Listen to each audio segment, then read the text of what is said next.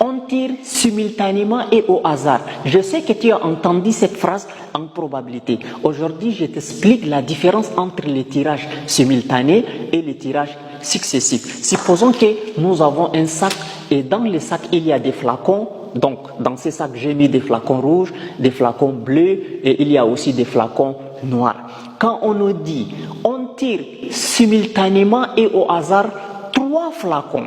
Donc, c'est-à-dire lorsque tu mets ta main dans le sac, tu attrapes à la fois 3 flacons. Vous voyez, tu attrapes à la fois 3 flacons du sac. C'est ça on dit tirage simultané.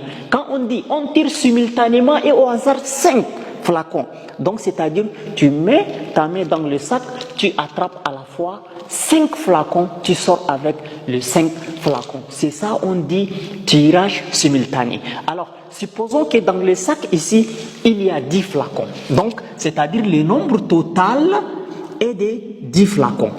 Maintenant, quand on nous dit, on tire simultanément et au hasard 3 flacons, c'est-à-dire que j'attrape à la fois 3 flacons. Donc, c'est-à-dire le nombre de tirages, c'est 3. Donc, ici, supposons que ça c'est N, le nombre des flacons, et le nombre de tirages noté P, on a tiré 3. Maintenant, si on te demande de calculer le nombre de cas possibles, donc le nombre de cas possibles, lorsque le tirage est simultané, tu vas utiliser un outil de calcul des probabilités qu'on appelle la combinaison. Donc tu fais combinaison de 3 dans 10 pour calculer le nombre de cas possibles. C'est pour vous dire que en probabilité, dès que vous entendez on tire simultanément et au hasard, vous allez utiliser l'outil combinaison. Voilà, donc c'est ça qu'on appelle le tirage simultané. Donc vous ne tirez pas un à un, vous attrapez à la fois, que ce soit des boules, que ce soit je ne sais quoi, donc vous tirez à la fois les boules qu'on vous demande de tirer. C'est ça qu'on appelle tirage simultané. Maintenant, on tire successivement sans remise. Alors, il y a ici un tirage sans remise. Mais quand on dit on tire successivement 3 flacons, c'est-à-dire vous tirez un à un. Vous prenez le premier flacon, vous notez sa couleur, vous le mettez, mais on a dit quoi? Sans remise. Vous ne remettez pas le flacon que vous avez déjà tiré. Encore, tu prends un, tu trouves que c'est bleu, tu mets. Encore, tu prends un autre flacon, voilà, tu trouves que c'est vert, tu mets. Ça, c'est un tirage successif sans remise. C'est-à-dire que l'élément que nous avons déjà tiré ne revient plus encore dans le sac. Donc, c'est-à-dire, les éléments ici sont des éléments ordonnés, n'est-ce pas? Alors, parce qu'on n'a pas tiré simultanément, mais on a tiré successivement. Donc, c'est ça le tirage successif, c'est-à-dire un à un. Même si on vous demande de tirer 7 boules de l'urne successivement sans remise, c'est-à-dire que vous tirez un à un.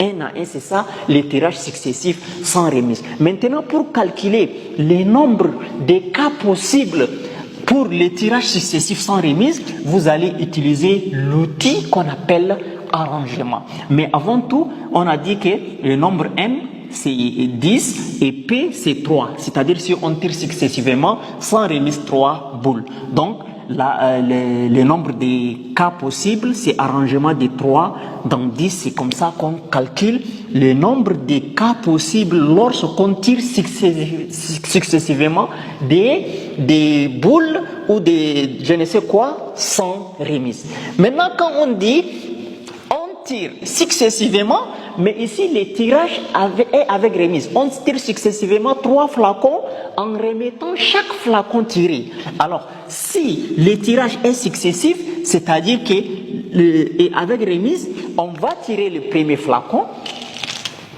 Ah, c'est noir, on note noir quelque part, on met encore. Vous voyez, encore on tire. Ce blé, on remet.